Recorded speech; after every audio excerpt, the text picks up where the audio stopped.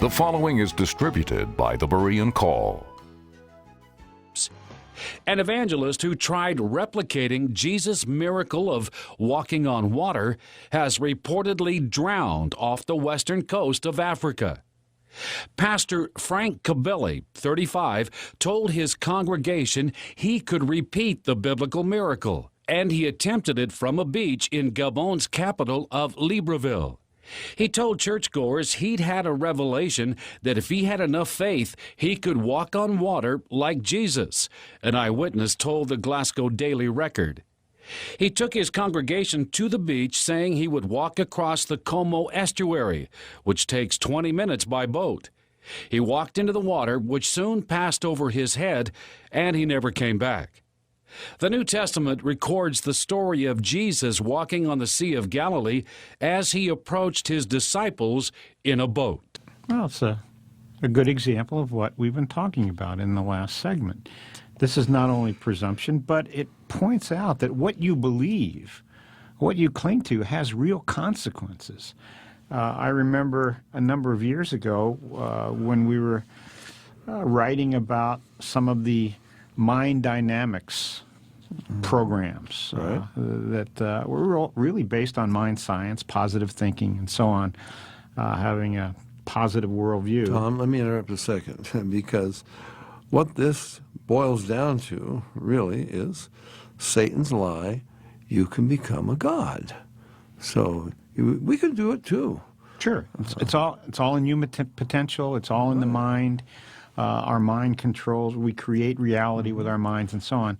This organization was called LifeSpring, and it was a mind dynamics course that you went through, and it would help you overcome problems, do things that you never thought you could do. Remember. You remember there were even firewalking kinds of programs that were out there to just show you your potential, that you could do far more than you thought.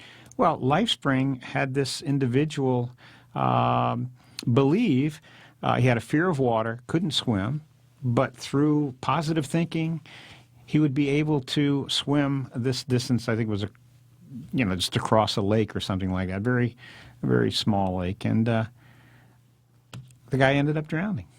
He just believed and he believed and he believed he could do it, and ended up not being able to do it. But Dave, at the end of this article, it says the New Testament records the story of Jesus walking on the Sea of Galilee. But Peter also, remember, Peter said, Lord, bid me come to you. If it's really you. Yeah, Jesus said, come, and he was successful until when? First of all, the Lord bid him come. Right. And then he took his eyes off the Lord. And he got his attention onto the wind and the waves, which made him afraid. But so what's the difference between Peter in that situation and this pastor? Well, the Lord didn't tell this pastor to try to do this. It was presumption. You see, faith is really believing what God said. God gives me the faith. Tom, as I maybe have mentioned, I have laid my hands on a few occasions upon a sick person and prayed and seen them instantly healed. I have had that experience myself, praying myself, and suddenly I've been instantly healed. But the Lord... Every time? Not every time. Well, I don't expect it every time. I just say, Lord, if it's your will. But if God gives you the faith, you really know.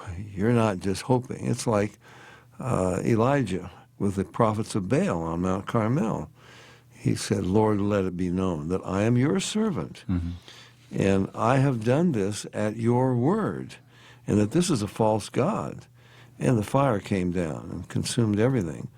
But here they're hoping that something will happen, and they're trying to make what they believe, their mind is going to somehow do this, and they think faith is being able to believe that it will happen. Now, Tom, and they're taught this, Dave, as we've talked about and wrote about in The Seduction of Christianity.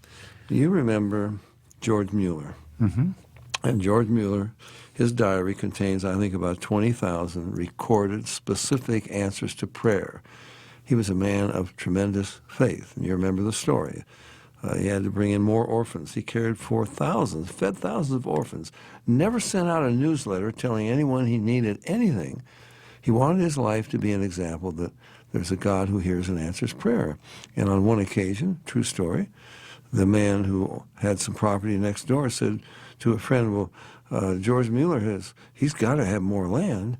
He's got more orphans coming in. He's got to build more buildings, and he's offered me so much per acre, but I know he's got to have this land. I'm going to hold out for a higher price. And his friend said to him, don't you know who George Mueller is? If you don't sell him that property at the price he offers, his God will make you give it to him.